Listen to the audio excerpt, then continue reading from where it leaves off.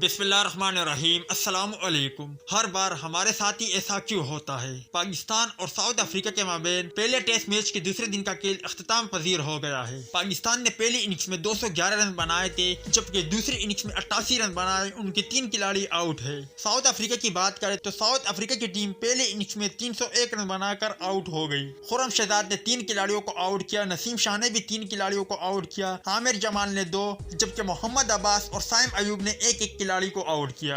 दूसरी इनिंग्स में साइम अयूब 28 रन बनाकर आउट हुए, शान मसूद ने भी 28 रन बनाए, वो भी आउट हो गए। बाबर आजम सुल्ला और सऊ शकील 8 रन के साथ क्रीज पर मौजूद है, मगर आज फिर कामरान गुलाम को गलत आउट दे दिया गया।